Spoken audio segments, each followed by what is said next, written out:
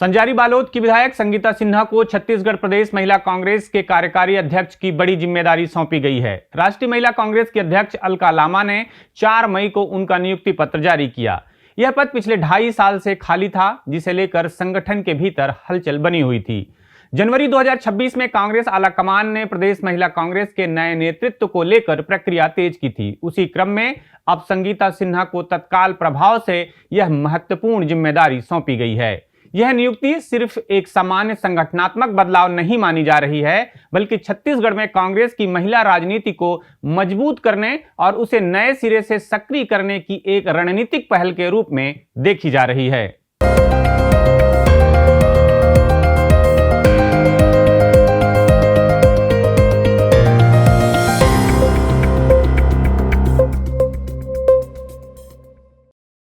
जरूरी बात में आपका स्वागत है। मैं प्रफुल्ल ठाकुर हूं और आप देख रहे हैं सीजी खबर। संगीता सिन्हा का जन्म 6 फरवरी 1975 को बालोद जिले में हुआ। एक सामान्य पृष्ठभूमि से आने वाली संगीता ने धमतरी के शासकीय कॉलेज से स्नातक की शिक्षा प्राप्त की।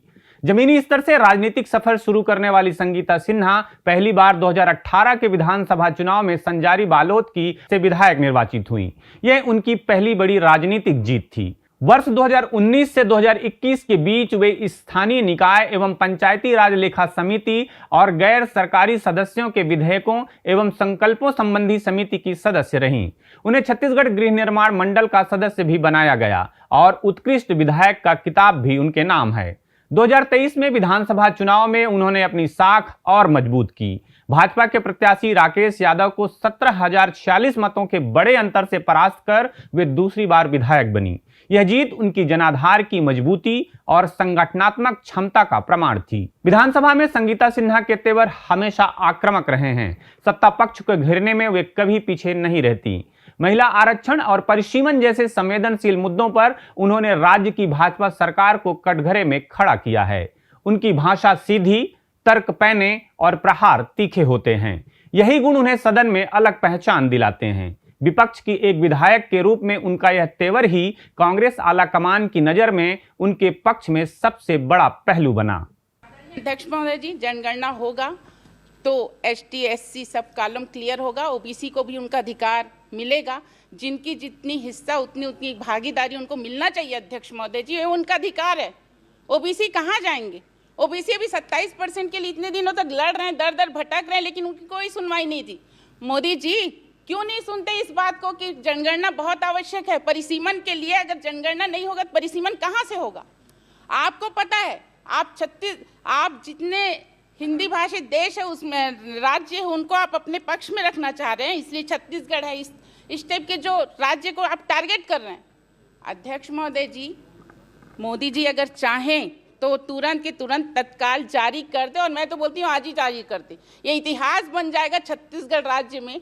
आदरणीय अध्यक्ष महोदय जी, जो 543 सीट है उस पर क्यों नहीं देना चाहती 33% आरक्षण?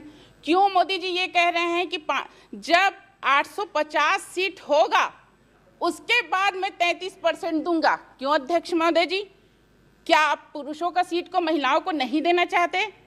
आपको पता है कि अगर आप 543 सीट में 33% महिलाओं को देते हैं तो आपके जो खास लोगों हैं उनका टिकट कट जाएगा।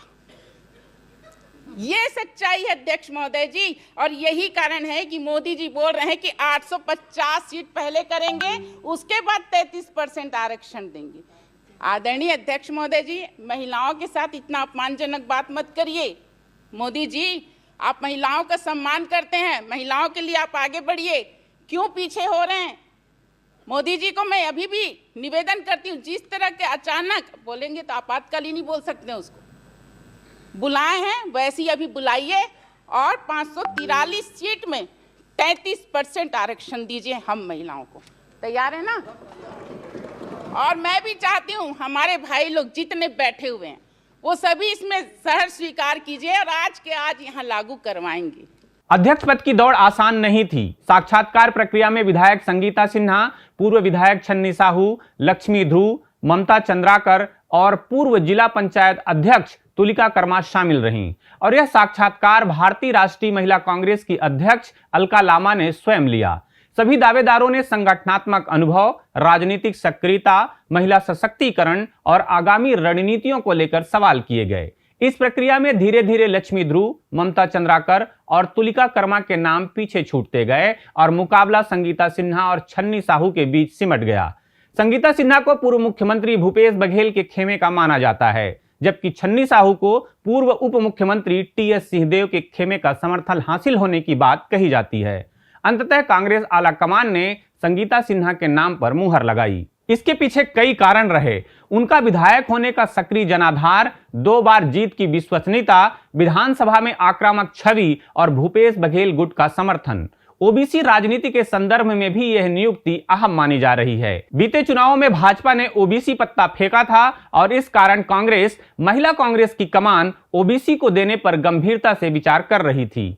संगीता सिन्हा की नियुक्ति इसी सोच की एक अभिव्यक्ति है। गौरतलब है कि वर्ष 2000 में राज्य बनने के बाद के शुरुआती दौर में गंगा पोटाई ने महिला कांग्रेस का नेतृत्व किया। उनके बाद अनिता रावटे ने लंबे समय तक इस पद की जिम्मेदारी संभाली।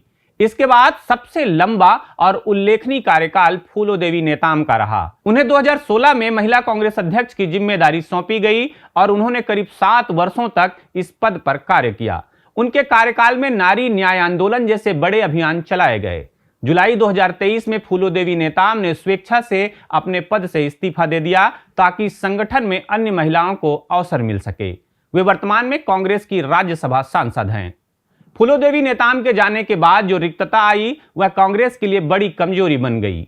महिला कांग्रेस अध्यक्ष के राज्यसभा जाने के बाद 2 साल से अधिक समय तक महिला कांग्रेस शून्य पर दिखती रही और इस पूरी अवधि में विधानसभा और लोकसभा चुनाव भी हो गए।